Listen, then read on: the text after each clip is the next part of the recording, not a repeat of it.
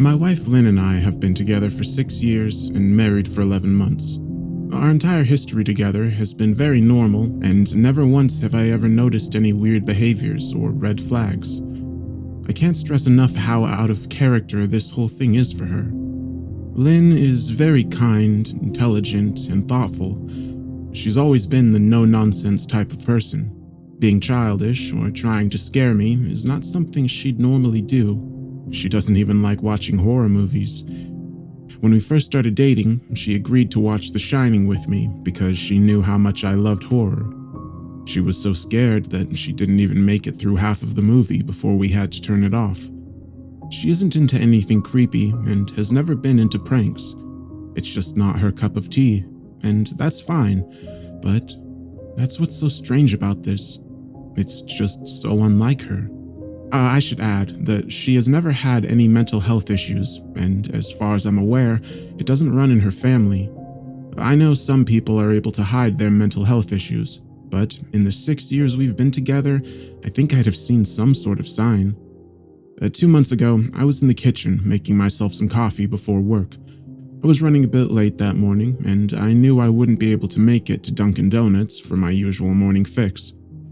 I took a sip of coffee as I hurried down the hall towards the front door when I happened to notice Lynn peeking at me from around the corner ahead of me. I could only see her eyes and a strand of her long dark hair hanging against the wall. The rest of her body was concealed behind the corner. I nearly spilled my coffee when I saw her. I did burn the shit out of my lips. "Jeez, Lynn," I said, wiping a few drops of coffee off my pants. "You scared the shit out of me." She immediately popped out of view like a little kid that had been caught.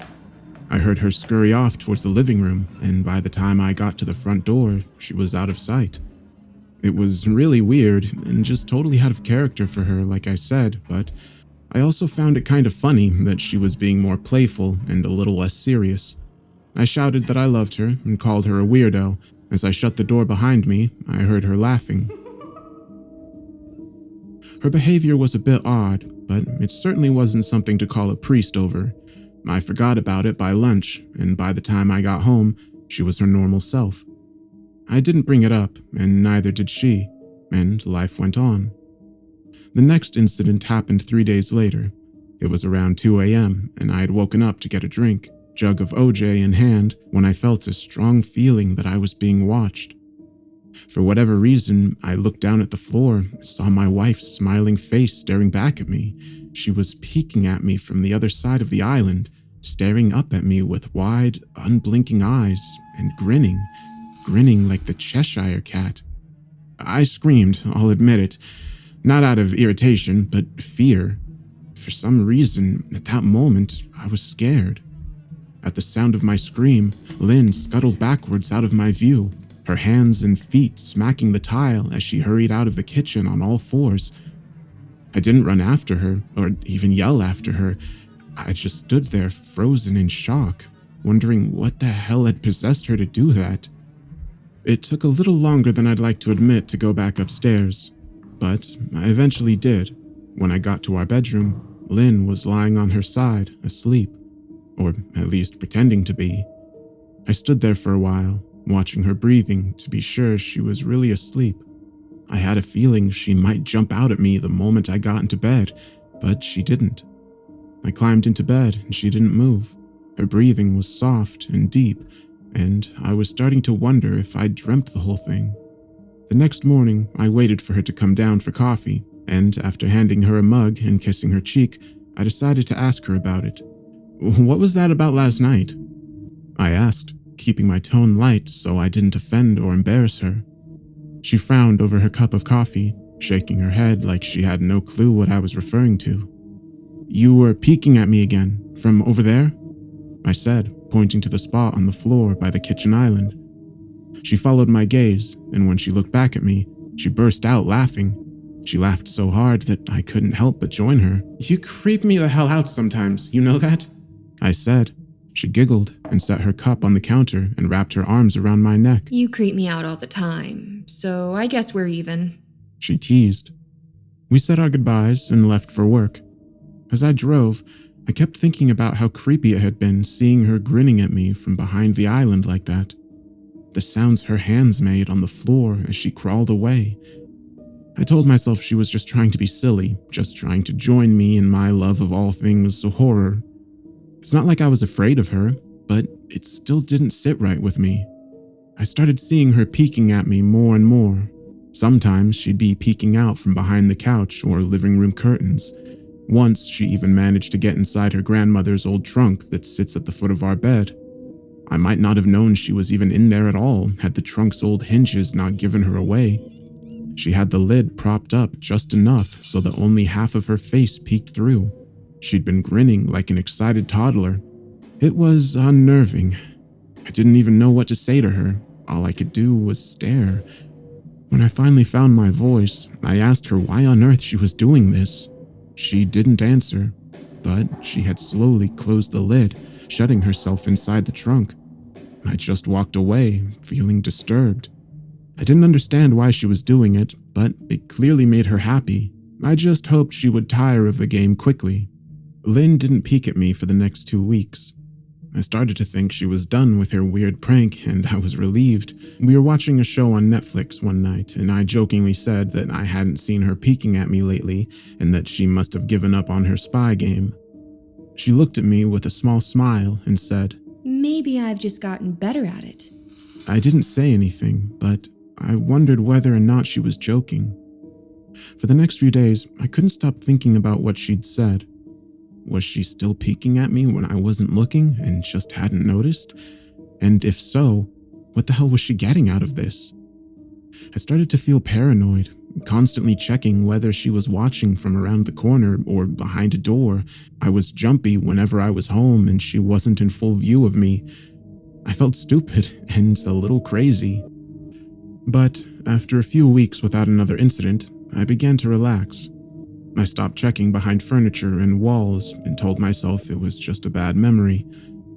Then, a few days ago, things got so much worse. Lynn left to go to a friend's house, and I lounged on the couch and played a couple of games on my laptop. Around 9 p.m., I hopped in the shower, and as I was washing the soap from my hair, I felt that awful feeling that I was being watched. I slowly opened my eyes and almost had a heart attack. Lynn was peeking from behind the shower curtain. Her entire head stretched into the shower, leaving just her body outside. Her long dark hair hung against the curtain, the ends dripping with water. Her mouth hung open in a terrible grin, eyes wide and red, as if she hadn't blinked in a while.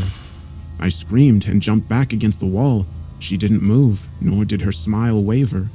Her makeup ran down her cheeks in 2 black streaks. She looked giddy and completely deranged. I was terrified. We stood like that for a few moments, neither of us saying a word. Finally, after what felt like forever, she slowly pulled her head back out of the shower, and I watched her blurry figure through the curtains as she moved backwards towards the bathroom door. A second later, the bathroom door slammed shut, hard enough to rattle the mirror. I screamed again and jumped out of the shower to lock the door. I stayed inside the bathroom for over an hour.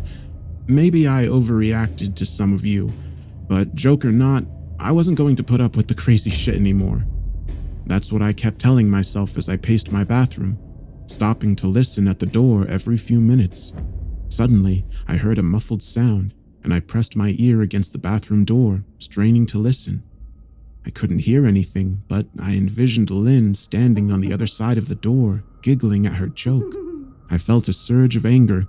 I was beyond pissed at being made to feel scared in my own house and made to hide in the bathroom for an hour. All for what? Some joke? If it was a joke, it was an awful one. What the hell, Lynn? I snapped. This shit is getting really annoying. I waited for her to apologize or to call me a jerk, but instead, I heard a faint moan, so quiet I wondered if I heard it at all, and then complete silence. Lynn? I called out, not able to even hide the shakiness in my voice. I got no response, just my own heavy breathing. I swear to God, just fucking stop it! I yelled, pounding my fist on the door. I waited for her to cuss me out, something I would expect from me talking to her like that. I never screamed at her before, but there was nothing. just the occasional drip from the shower head. I won't deny that I was scared, too afraid to open the damn door and face my own wife. I waited another 30 minutes or so, which feels like a damn lifetime when you're scared. I finally decided I wasn't going to spend the night hiding in my bathroom, so I got down on my knees and peered under the door. I almost expected to see her face peeking back at me, but thankfully didn't. I could see straight down the hallway to the top of the stairs, but no Lynn. I didn't know if I should be happy about that or not. I looked for a few minutes, waiting to see her head pop up over the top step, but it never came. I stood up, my hand hovering over the door, and mentally prepared myself to open it. I slowly turned the lock with shaking fingers and was about to yank it open when I heard a sound that still makes me feel nauseous when I think about it. A moan, louder than before, but this time I was able to tell where it was coming from. I turned my head to the closet door as if in slow motion and locked eyes with my wife, who was peeking out at me from the slight gap. Her eyes were still wide as ever, and her mouth was hanging open in the most grotesque, gaping smile I'd ever seen. I didn't even scream. I was too scared for even that. Her hands were clasped to her chest, body trembling with sheer delight, as if she could barely contain her excitement. A short, raspy moan bubbled up from her throat, deep and raw, sending a shiver through my entire body. Somehow, I found the ability to pull the bathroom door open and ran as fast as I could all the way down the steps, snagging my keys and phone from the table in the living room before running outside to my car. I could hear her shrill laughter behind me, but I didn't hear her getting closer. I didn't bother shutting the front door. I drove away from the house faster than I legally should have, shivering the entire time, either from the fear or the cold, maybe a little of both.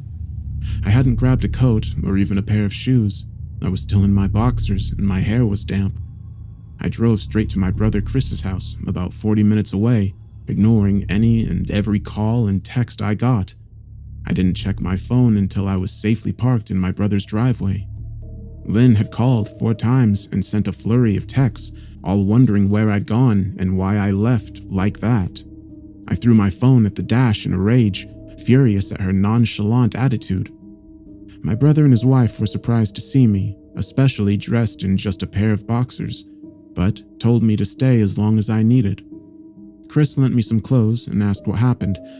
I told him Lynn and I had a fight, but didn't get into the details. I didn't want him to think I was overreacting, leaving my wife over a prank, even if it was a strange one. I mean, hadn't I encouraged her for years to lighten up instead of being so serious all the time? I had wanted her to relax and loosen up, but this was definitely not what I'd had in mind. I tried to sleep on their sofa, but my brain wouldn't let me sleep. Every time I closed my eyes, I saw Lynn's face staring at me from inside the closet. Knowing she'd been in there with me the entire time made my skin crawl. She'd never left the damn bathroom at all. Instead, she'd slipped inside the closet and slammed the bathroom door shut to fool me. I woke up just as the sun was starting to rise. My sore body ached from the sofa, and I felt drained. I knew I'd have to call Lynn at some point, but I didn't know what to say to her. I wouldn't be going home unless she gave me her word she'd never do any more creepy shit. I just wanted my wife back. Her normal, serious self never looked so good to me. I was contemplating calling her and telling her that, when that familiar feeling came over me. I was being watched. I was staring at the ceiling, my heart in my throat.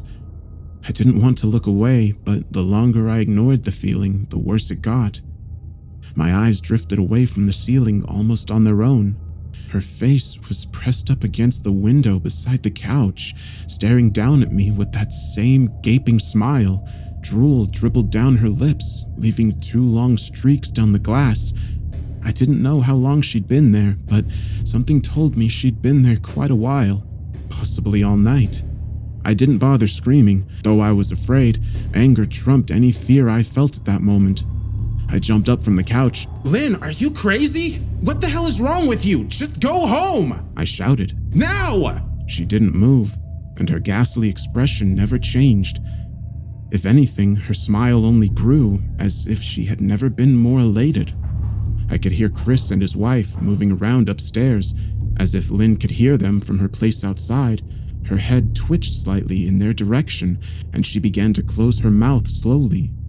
Chris called my name from upstairs, obviously concerned. I turned to see him and his wife Rebecca hurrying down the steps. When I turned back to the window, Lynn was gone. The only sign she'd been there at all was the 2 streaks of drool still dripping down the glass. I tried explaining to Chris and Rebecca about waking up to see Lynn watching me through their window. They were skeptical. Who wouldn't be? Chris and I went outside to the spot in front of the window, but there were no footprints in the dirt, just a slight indent. Animal, probably, Chris guessed, and I didn't argue. He and Rebecca assumed I'd dreamt the entire episode, but they didn't understand, and I was too tired to explain it to them. I called out of work for that day and turned off my cell phone. I didn't want to face Lynn. Just talking to her was too much for me at that point. I really started to believe something was irreversibly wrong with her. No matter what promises she made, we'd never be the same again. The thought saddened me to my core. I cried most of the morning. By noon, I figured I was ready to confront her, give her one last chance to explain herself. I could at least give her that after 6 years, I told myself. I turned my phone on and saw the dozens of texts she'd sent, all from a seemingly concerned wife. Can we talk? I love you. Please call me. I'm really worried. Can you answer? Just come home. And more of the same. All texts telling me she loved me and she wanted me home. How worried she was. Not a damn one addressing the crazy shit she pulled. Like she hadn't been acting like a character from a Stephen King book. Even her texts were different. She normally texted novels just to tell me to pick up a loaf of bread. You'd think she'd have more to say after her bizarre shenanigans. I know it probably seems childish to some of you who are miles away from this situation, but if you saw the way Lynn had looked at me, how she scampered on all fours like some wild animal, grinning at me from inside the closet like a lunatic, then you'd find my reaction was warranted. I ended up staying with Chris and Rebecca for another night.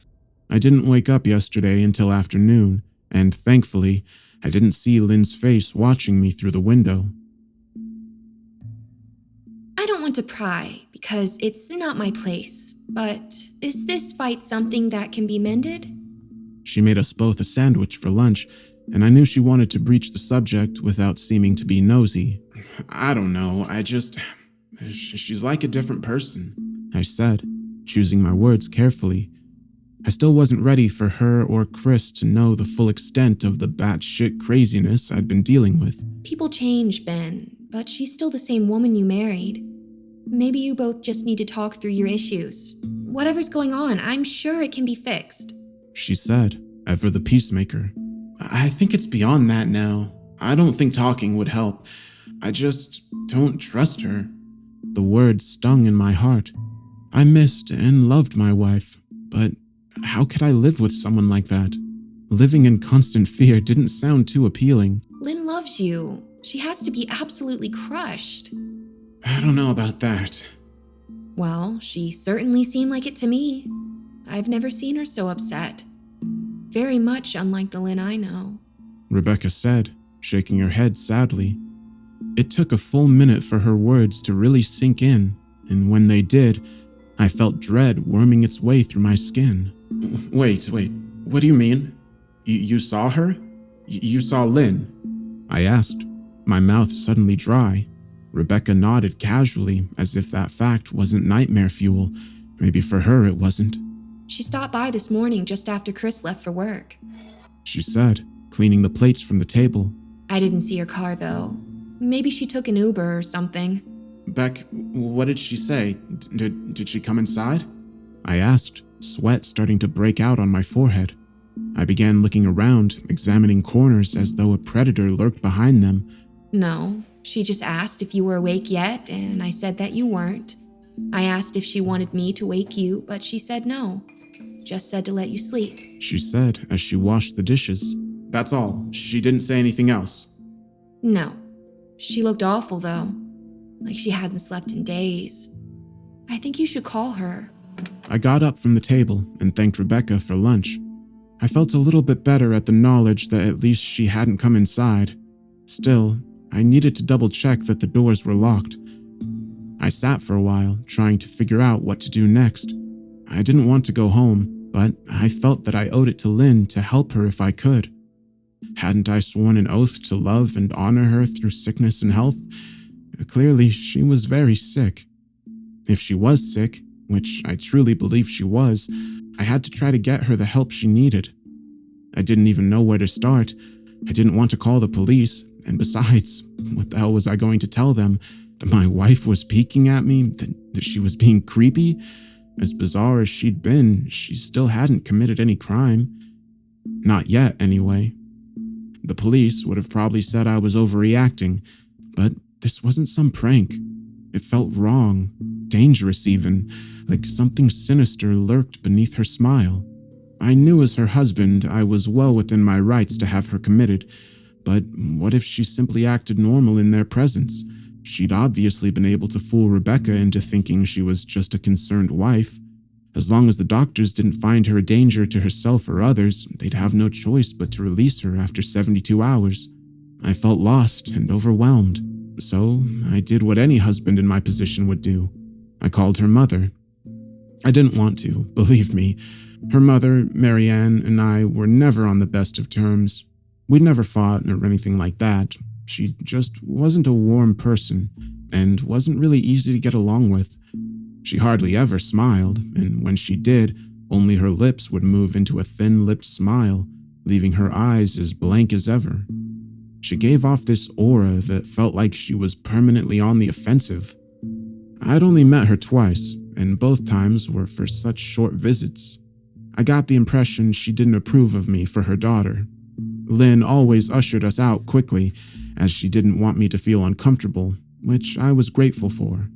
Being in her mother's company felt almost unbearable, like walking on glass. I was glad when we moved 3 states away so we didn't have to see her often. I was happy to avoid the woman, but I needed her help. I really didn't want to talk to her at all, but I had to talk to someone, and someone who knew Lynn better than I did. So I grit my teeth and did what I had to. Yes? She answered, already sounding irritated. Marianne, it's me, Ben. Do you have a minute to talk?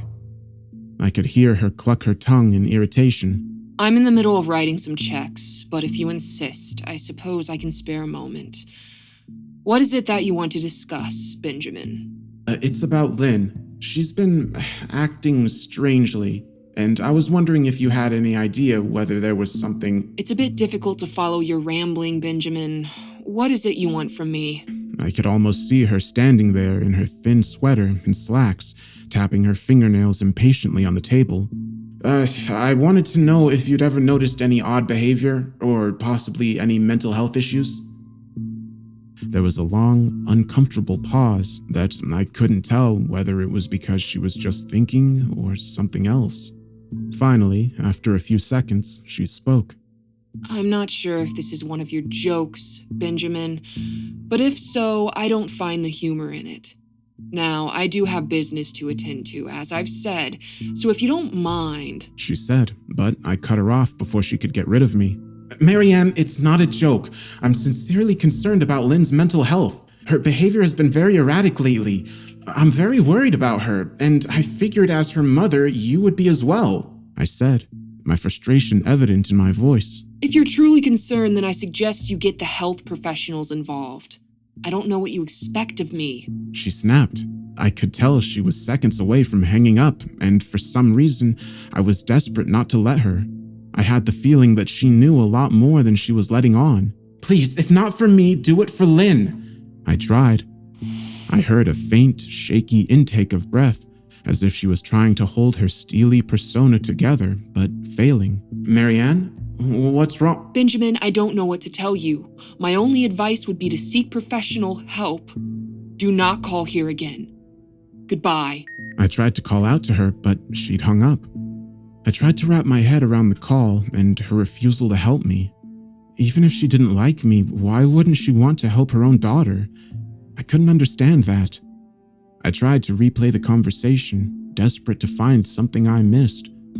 After a while, I almost gave up, until I remembered her last few words to me.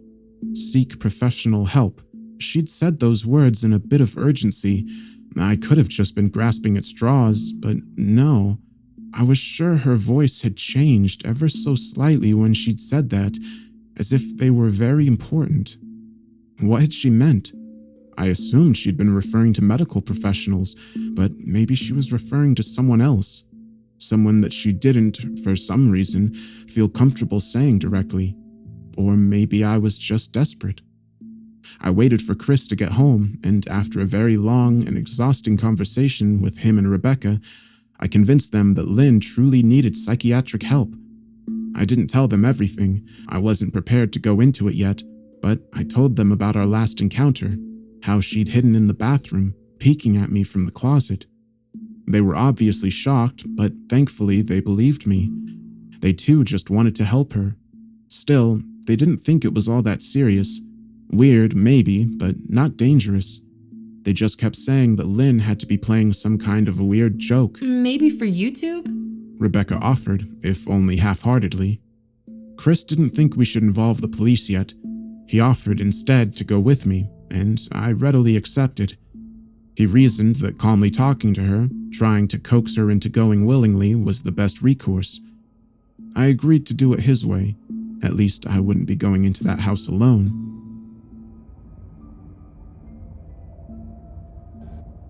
We drove over this morning, just after breakfast. There was no way I was going at night. When we pulled into the driveway, my stomach began doing somersaults. Her car wasn't there, but I still didn't let my guard down. The front door was ajar, and for a split second, I thought we'd seen her eyes staring through the gap. I was shaking and starting to sweat. Chris, however, was fine. He waited for me to open the door, his hands in his pockets like he was going on a damn stroll through the park. I envied his ignorance. I pushed the door open and was immediately hit with the stench of rot. Chris smelled it too, and he walked in the house behind me with his nose scrunched up. What do you guys use to clean the floors around here? Shit? Chris mumbled. Shut up, I said, my eyes darting around for any signs of Lynn. The house was deadly quiet and dark despite being 10 in the morning. All the curtains were closed tight, refusing to allow any sunlight inside. If I hadn't left it just 2 days prior, I'd have thought the house to be abandoned. We moved through each room, carefully checking any place that she might hide, occasionally calling her name. Why the fuck are you looking under the couch? Chris asked eventually. Are we looking for your wife? He looked at me like I was a moron. Let's go upstairs. He shook his head, but followed me up the stairs to check the bathroom and spare bedroom. On the way up, my shoes crunched over pieces of glass that looked to be littered over a few of the steps. I noticed that one of Lynn and my wedding portraits that hung on the wall along the staircase had been smashed. The frame hung crookedly, all the glass removed. I stared at the picture, a lump forming in my throat. We had taken the photo just after leaving the church, after saying our vows. She looked so beautiful in her white gown. I looked at Lynn's beautiful face. I never dreamed her face would ever be a source of terror for me. We climbed the rest of the steps and checked the spare bedroom, but it looked completely untouched. I was hesitant to go into the bathroom, my fear that night coming back to me all at once. Chris noticed and offered to go in by himself, but I couldn't let him do that. So we walked in together, checking the closet and the shower. The bathroom looked as if it hadn't been touched since the night I left. I don't think she's here, Ben. Why don't you pack some clothes and we'll try coming back tomorrow or something? I nodded and went into our bedroom and shoved some clothes into a duffel bag. When I checked inside our closet, I came across the source of the smell and gagged. Chris took one look and lost all color in his face. He had to go stand by the stairs to get away from the sight and smell. I gazed down in shock at what lay in my bedroom closet. Soaking into the rug were at least a dozen eyeballs, all carefully laid out in pairs. Some were as large as a quarter, while others were as tiny as a marble. I stared down at the eyes she'd collected from small animals, and I wondered how she'd gotten them, and shuddered at the thought. Man, I thought I had it bad with Becca's shoe addiction, but damn, your wife's in here collecting eyeballs. Ugh. Chris said, gagging. Ben, I think we should go. He called from the hall. I'm getting nauseous. All right. I grabbed my duffel and shut the closet door on my new nightmare. I stepped out into the hall and took a deep breath of air. I could taste the rot on my tongue, and I couldn't help but gag. Who the fuck lines up eyeballs in their closet like that? Chris mumbled. I tried to tell you she needed help, I said. She doesn't need help, Ben. She needs a fucking exorcist. He said. Are you coming or what? I can't stand the smell and His words died in his throat, and his eyes grew wide with fear. I didn't ask him why. I could feel it. Someone was watching me, and I didn't think it was the eyes in the closet. I turned around, my eyes slowly scanning the bedroom. Christ, I whispered as I finally saw what we'd missed. Under the bed, curled on her side, watching us with the excitement of a kid on Christmas morning, was my wife. She held her hands together just under her chin, and they were shaking eagerly. Now that she'd been found, I could hear the quiet noises she was making, a sort of hiccuping sound in her throat, as if the excitement was just too much for her. It was unnerving to say the least, wide eyes and that same huge smile. Everything in me told me to run, but I forced it away. This was my wife. No matter how twisted, she was still the woman I married. I had to help her. Lynn? I said softly. She didn't respond, but her head bobbed back and forth in two quick little movements as if she were nodding. Baby, I just want to help, okay? Can you let me do that?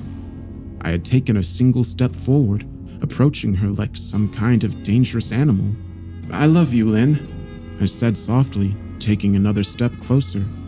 She let a tiny moan escape her wide-open mouth, and I had to resist the urge to run.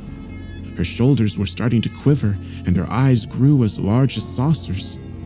I crouched down so that I could see her better, and immediately saw the blood. Her hands were covered in it. They trembled more the closer I got, as if she was barely able to contain herself. Lynn, are you hurt? You're bleeding. She bobbed her head again, her bloody fingers moving up and down as if playing an invisible piano. They occasionally grazed her chin, leaving smears of blood on her skin. I wanted to recoil in disgust. The smell that was coming off of her was revolting. I could feel the vomit trying to climb up my throat. Her lips were dry and stretched thin, blood seeping between the cracks. I knew she wouldn't come out on her own, but I didn't want to leave her in the state she was in. I scooted closer and reached out to her. The excited hiccuping sounds got louder and her hands shook, fingers flexing. It was then I could see the blood oozing from in between her fingers. Oh my God, Lynn, you're bleeding. Instinctively, I reached out to take her hand, but before I could even touch her, her hand sprang out towards me. A sharp pain shot through my arm and I fell back on my ass. My arm burned and I could see the blood dripping down onto the carpet. I looked back at her in shock and saw her grinning madly, her fingers clutching a large shard of glass. You alright in there? Chris asked from behind me. I turned my head slightly and nodded to him, cradling my arm to my chest. When I turned back to face Lynn, I saw her focus had shifted. She wasn't looking at me anymore, and she wasn't smiling anymore either. She was staring past me, her eyes glaring at Chris the way a hungry lion might stare at an antelope. Her mouth was still hanging open, but it was twisted into a snarl. I got to my feet and began walking backwards down the hall, afraid to take my eyes off her. Are you bleeding? Chris asked. The moment the words left his mouth, Lynn started scooting out from under the bed, the glass shards still in her fist. Chris, run! Go! I yelled.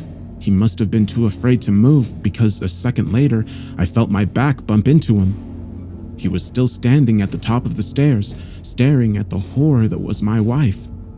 Lynn had crawled completely out from under the bed and stood in the bedroom doorway, her face twisted in rage. Her whole body was visibly tense.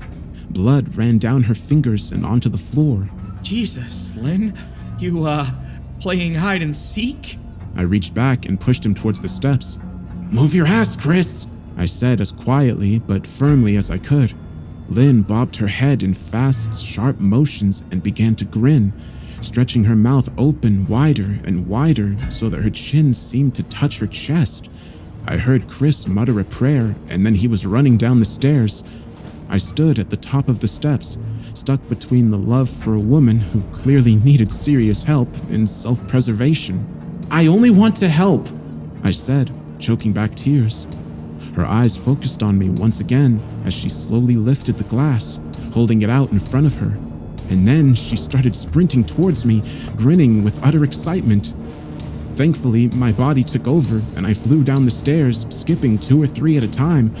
I made it to the front door before I felt her leap onto my back, wrapping her arms around my neck, her mouth open next to my ears so that I could hear those terrible hiccuping sounds up close. I shook her off me, knocking her to the floor. I felt a searing pain in my back as she went, but I tore open the front door and bolted to my car. Chris was standing in the front yard, talking on the phone with the police. I didn't say a word. I just ran to my car and jumped in. Chris took the hint and followed me, still on the line with 911. I watched the rearview mirror, sure I'd see her there running after us, but I never did. I went straight to the ER and got 12 stitches in my arm and 3 in my back. The police asked a lot of questions and went back to the house to do a search, but, of course, Lynn wasn't there. They advised me to stay with a friend or relative for a while and to file a restraining order as soon as I could, but none of those things would matter. Somehow, I just knew. I dropped Chris off at home and went to a motel an hour away. I wanted to put as much distance between me and Lynn as I could. This is where I've been for the last 4 hours. I thought maybe the police would find her. Maybe they'd get her the help she desperately needs. But now I don't think so. Because 40 minutes ago, I got a text from an unknown number, just 3 words. I found you. And a picture attached. The picture was dark and grainy, but I instantly knew what it was. There was no mistaking my wife's eye. I started recording this immediately after. I don't know what to do. I'm alone and scared, and I can't help but feel that I'm being watched.